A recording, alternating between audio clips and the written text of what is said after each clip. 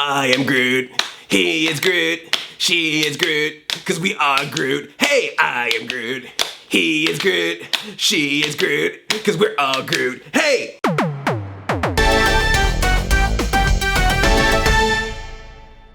Hi, I'm Andre and I'm a black nerd with a review for you.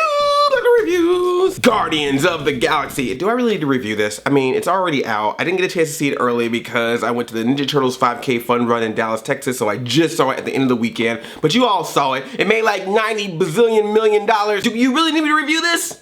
Because it's good. Go see it. The end. I can leave right now.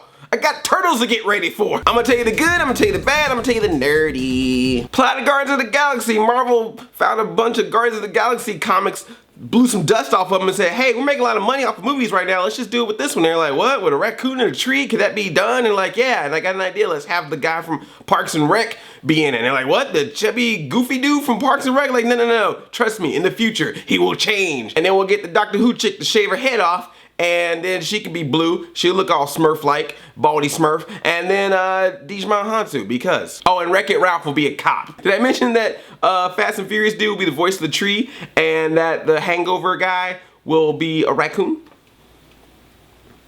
Could you imagine the pitch meeting of this? Could you just imagine someone sitting in an office with a movie studio explaining that this is what they're going to be having as a movie?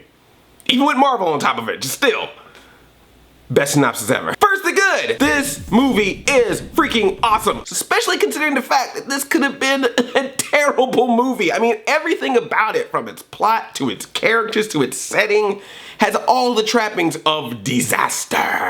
But they pulled it off. They did a great job, and it all goes down to the cast, to the writing, and directing. James Gunn definitely had a vision with this. He knew, hey, we got our talking raccoon shooting guns, we got our tree, I am Groot, we got all these crazy characters. You can't take this thing too seriously. And so he found that nice blend between action and adventure and comedy, just having fun with this type of genre that we've seen time and time again. Crafted the jokes and the adventure, and it just kept going. There was never ever a slowdown period with this movie. It kept going from start to finish. Of course, the cast. Chris Pratt has just leapfrogged into leading man status overnight with this movie. Great job of being that almost kind of more dickish Han Solo. That's the best way I can describe him. But he's of course not alone. The rest of the cast brings it. Zoe Saldana, as always, beautiful and butt-kicking as Gamora, and green. It's not easy being green. What color has she not played yet? Has she been yellow? They should make a Sesame Street biopic and she should play Big Bird, and then she could be yellow. When the Power Rangers movie get made,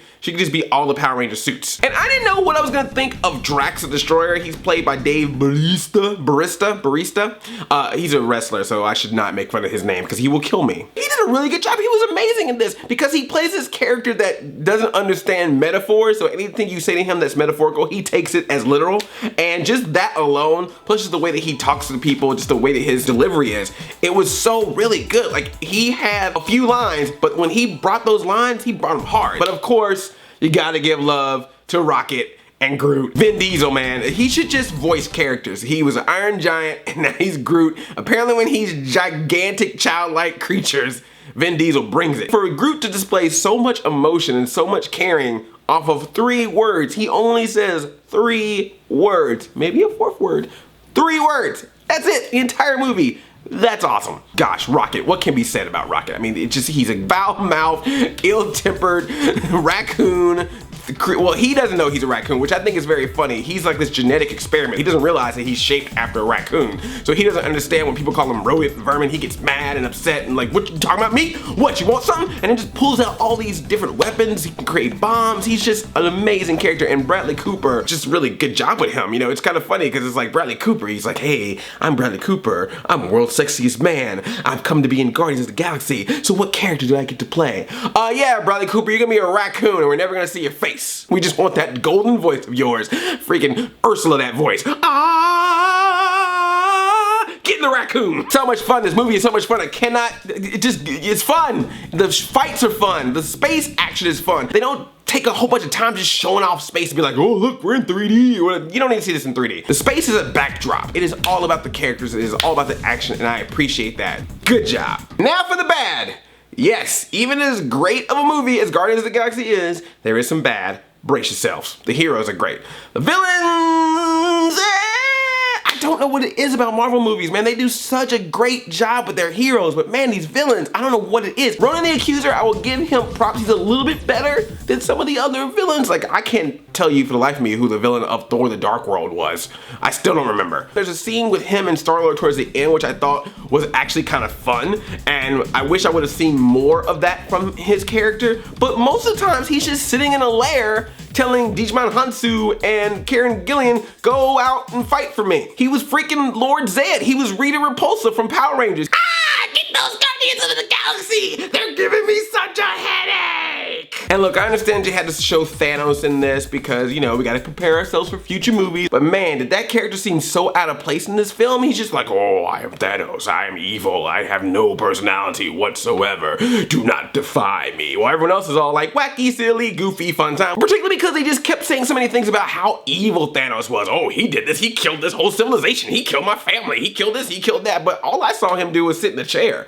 He was pretty much the villain equivalent of Al Bundy. I was waiting for him to put his giant Infinity Gauntlet hand into his crotch and watch some Psycho Dad. He's quick with a gun, but he loves his son. Killed all the Kree because he weighed a ton. Thanos dad, who actually was the dad of Gamora and Nebula, so there you go.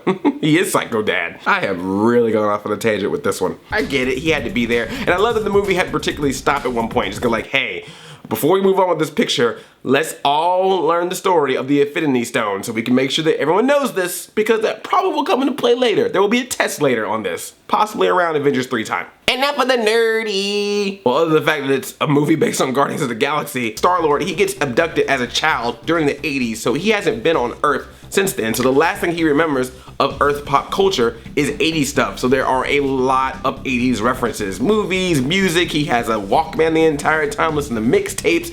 I especially love that he referred to one of the creatures fighting him as a Ninja Turtle. Yo, that's funny. That's funny. Nathan Fillion has a cameo in this movie. See if you can find him. It's gonna be pretty tough to find him, but he's in there. And as always, you gotta stay after the credits. You might see a character in there that you'd be like, oh my gosh, I didn't think that character would ever be on the big screen again, but there he is. And it's kind of funny to see him there because since Disney, the company that now owns Marvel, really didn't like that character too much because they thought that character kind of looked too close to one of their characters. But I guess now that you own him, it's cool to put him in a movie. Now you like him again. It's amazing how ownership will change relationships. What more can I say about Guardians of the Galaxy? This is by far one of the best movies of the summer, of the year. This and Captain America Winter Soldier, definitely top Marvel movies for me right now. Can't wait for the sequel, and definitely can't wait to see how in the world you're going to be able to mix Guardians of the Galaxy with any other Marvel movies, which I hope happens. We need to get some Star-Lord and Tony Stark and Rocket and the Hulk together. It's gotta happen. Gamora, Black Widow, let's do this. So cousins, let me know what you think. Did you like Guardians of the Galaxy? And since now Marvel can pretty much make a movie out of any one of their comics, what comic character from Marvel would you like to see get their own movie in the future? Thumbs up this video, check out my other summer movie reviews, and if you're new here, tickle that subscribe button. I love you like a play cousin. I'm out in 5,000. Chain chomp, yomp with me. I'm hooked on the feeling.